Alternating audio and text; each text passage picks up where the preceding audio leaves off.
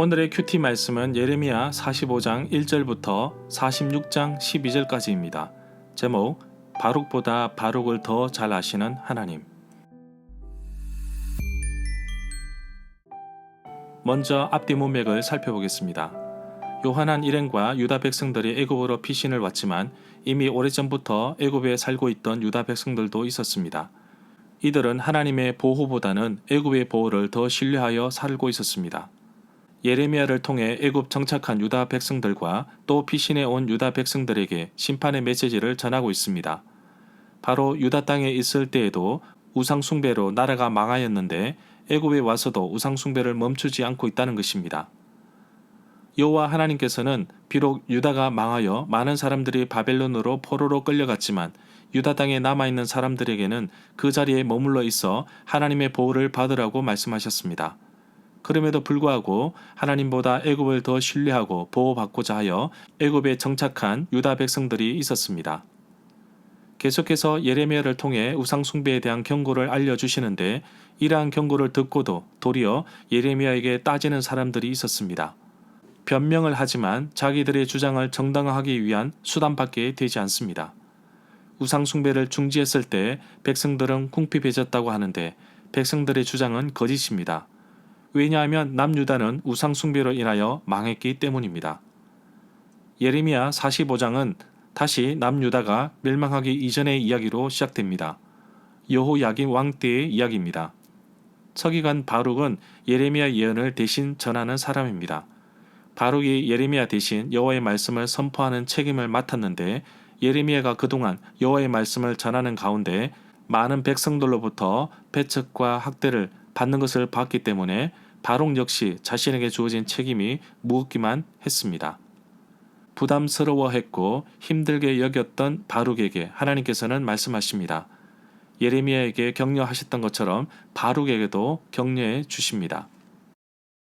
예레미야 44장 후반부는 애굽에서 우상 숭배를 하던 유다 사람들이 예레미야의 경고를 듣게 되는데 도리어 예레미야에게 따지고 있습니다. 자신들은 여전히 우상 숭배를 하겠다고 합니다. 사실 남유다가 멸망한 이유 중에 하나가 바로 우상 숭배인데 하나님은 그 땅을 버리시면서 그 백성들을 바벨론으로 옮겨서라도 우상 숭배의 끈을 완전히 끊어버리시려 했지만 유다 백성들은 하나님 명령에 순종하지 않고 엉뚱한 애굽으로 도망가서 그곳에서 우상 숭배하는 모습을 보게 됩니다. 하나님은 이들을 유다 땅으로 돌려보내지 않고 반드시 애굽 땅에서 죽게 하실 것이라는 무서운 심판의 메시지를 던지셨습니다. 예레미야 45장은 예레미야 곁에서 묵묵히 함께 동력했던 서기관 바룩에게 격려하는 이야기입니다. 44장과 45장은 시대가 이어지지 않고 거슬러 올라갑니다. 44장은 남유다가 멸망한 이후이지만 45장은 남유다가 아직 멸망하기 전 상황입니다. 여호야김이 왕으로 있을 때입니다. 예레미야가 감금되어 있을 때 여호와께서는 두루마리에 말씀을 적게 하셔서 바룩을 통해 사람들 앞에서 낭독하게 하였습니다. 이렇게 해서라도 하나님의 강력한 심판의 의지를 보이신 것입니다. 예레미야가 사람들로부터 배척과 학대를 목격했던 바룩은 자기에게 주어진 사명이 너무나 부담스러워 하였는데 그런 바룩에게 하나님께서 예레미야를 통해 격려하는 모습을 보았습니다. 예레미야 46장부터 예레미야 51장까지는 이스라엘 주변 나라들에 대한 심판의 메시지를 담고 있습니다. 46장에서는 맨 먼저 애굽에 대한 심판의 메시지입니다. 문단을 나눠보겠습니다. 45장 1절부터 5절은 바룩에게 임한 말씀, 46장 1절부터 6절은 애굽이 갈그미스 전투에서 패배하다, 46장 7절부터 12절은 애굽이 유프라테스 전투에서 패배하다. 45장 1절에 보면 예레미야 36장 1절과 연결이 됩니다. 36장에서도 예레미야가 네리야의 아들 바룩에게 여호와의 말씀을 불러주어 두루마리 책에 적게 했습니다. 여호야김 왕이 된 지 4년째 되는 해는 BC 605년입니다.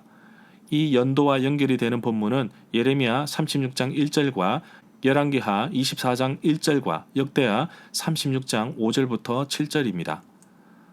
45장 4절에 보면 여호와께서 예레미야를 통해 바룩에게 전하라고 하신 말씀인데 여호와께서 세운 것을 허물기도 하고 내가 심은 것을 뽑기도 한다. 유다 땅 어느 곳에든지 그리하겠다.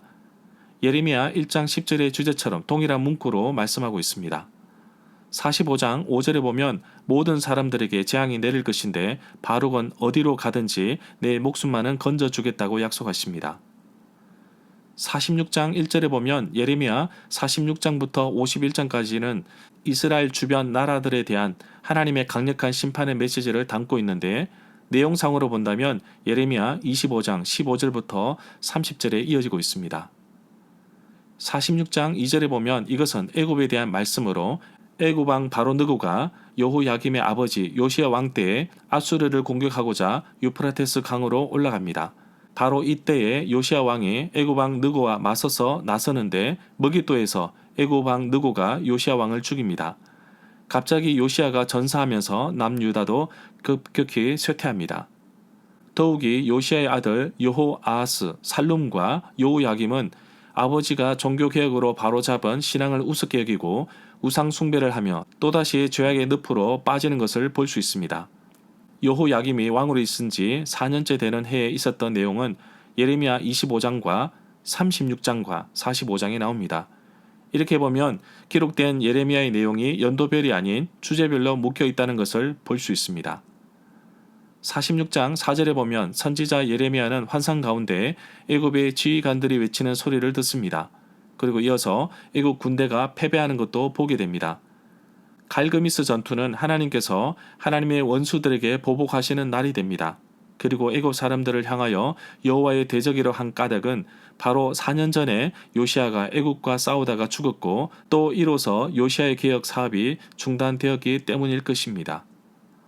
46장 11절에 보면 이 구절에서 처녀와 딸은 애굽 주민들을 가리킵니다. 애굽은 고도로 발전된 의술로 유명하였다고 합니다. 길르앗으로 가서 향유를 가져오라고 권유하는 것은 비꼬는 말로 이해할 수 있습니다. 길르앗에 유황이 있다는 것에 대한 언급이 예레미야 8장 22절에도 나옵니다. 절마다 상세한 설명과 구절 해석, 핵심 내용과 중심 줄거리는 네이버 블로그에 올려져 있습니다. 내게 주시는 교훈입니다. 선지자 예레미야와 비교조차 되지 않는 서기관 바룩이지만 예레미야가 감금되었을 때 대신 말씀을 받아 두루마리에 적어 백성들 앞에서 낭독한 사람입니다. 하나님은 각자에게 서로 다른 사명을 주셨습니다. 크고 작음의 문제가 아니라 역할의 문제이겠지요. 예레미야는 그동안 고난을 묵묵히 참아내며 여호와의 말씀을 선포했지만 바룩은 아마도 견디기 어려웠을 것입니다. 그런 바룩을 위로하시고 격려하시는 하나님의 손길을 느낄 수 있었습니다. 하나님 앞에서 우리 각 사람은 서로 다른 모습으로 세움을 받았습니다. 하나님은 내가 가진 물질과 은사와 재능과 시간을 사용하셔서 하나님의 뜻을 이루십니다. 그렇기 때문에 주신 것에 대해서 감사하며 최선으로 임하는 것이 하나님께서 가장 기뻐하는 일입니다. 바룩처럼 부담스러운 일이라고 할지라도 나를 나보다 더 잘하시는 하나님께서 내가 무엇이 필요한지 아시고 미리 채우시고 이끄시는 것을 볼 수 있습니다. 오늘도 하나님께서 나를 어떻게 사용하실지 기대하며 살아가기를 원합니다. 하나님은 바룩이 부담스러워하는 그 마음을 아셨습니다. 바룩의 신음소리를 듣고 계신 것입니다. 혹시 나에게 주어진 사명, 역할, 책임, 헌신, 순종이 부담스러워 힘들어하고 있습니까? 하나님은 나의 형편을 아시고 읽으시는 분이십니다. 그래서 나의 모든 문제와 고민거리와 해결되지 않는 것을 주님께 내려놓고 하나님의 인도하심 따라 살기를 원합니다. 오늘은 이렇게 기도하였습니다. 하나님 아버지, 정말 힘들고 괴롭고 지쳐서 쓰러져 있을 때 정말 기도할 힘조차 없이 낙심하는 그 순간에도 찾아오셔서 위로하시고 격려하시는 하나님께 감사드립니다. 지나고 보니 모든 것이 하나님의 은혜였습니다. 그래서 제가 할 수 있는 것은 오직 감사뿐입니다. 나보다 나를 더 잘하시는 하나님, 오늘도 순종하는 마음으로 하나님께 나가겠습니다. 나를 인도하여 주옵소서. 예수님의 이름으로 기도합니다. 아멘. 유다 사람들이 그토록 의지하고 신뢰했던 애굽이지만 한순간 무너지는 것을 보게 됩니다. 용병들을 구해서 두려움 없이 진격한다고 할지라도 결국에는 무너지고 말 것입니다. 그렇게 될 수밖에 없던 이유는 바로 아무리 강할지라도 하나님께서 함께하지 않으시면 무너질 수밖에 없습니다. 하나님과 동행하는 삶이 얼마나 큰 축복인지 다시 한 번 더 깨닫습니다. 혹시 나의 삶이 하나님 없이 내 마음대로 살지는 않는지, 하나님 없이 세상에서 성공하기를 바라고 있지는 않는지 다시 한 번 더 살펴봅니다. 마치 나의 삶이 애굽처럼 자만하거나 교만하지 않도록 나의 삶을 하나님 말씀 속에 비추어 살게 하옵소서. 유다뿐만 아니라 이스라엘 주변 나라들도 불순종하면 심판의 대상이 됩니다. 겉으로는 하나님 말씀에 순종하는 듯 보이나 속으로는 자신의 성공을 위해 하나님을 도구로 삼는 사람도 있는 것을 봅니다. 나는 세상의 힘에 의지하지 않고 교만하거나 자만하지 않게 하옵소서. 하나님께서 버리시면 아무리 용맹한 애굽도 무너지고 아무리 좋은 약도 효과가 없습니다. 하나님께서 함께하지 않으시면 아무런 힘도 없는 것을 발견합니다. 하나님 아버지, 애굽이 바벨론과 싸우기 위해 출정하는 모습을 보면서 마치 오늘날 한반도의 모습을 보는 것 같습니다. 강대국들의 틈바구니에 있는 남유다처럼 오늘날 우리나라가 처한 모습처럼 보입니다. 하나님이 함께하지 않으시면 이 땅에 진정한 평화와 하나님께서 주신 축복도 없을 것입니다. 하나님 아버지, 한반도를 둘러싸고 있는 이 모든 상황 속에서 하나님의 주권과 하나님의 섭리와 하나님의 통치가 임하기를 간절히 소망합니다. 역사의 참 주관자 되신 하나님께서 이 땅에 진정한 평화와 번영을 허락하여 주시고 무엇보다도 한국 교회가 자만하지 않고 하나님의 뜻에 순종하며 심판의 길로 치닫는 사람들에게 복음을 전할 수 있도록 최선을 다하게 하옵소서.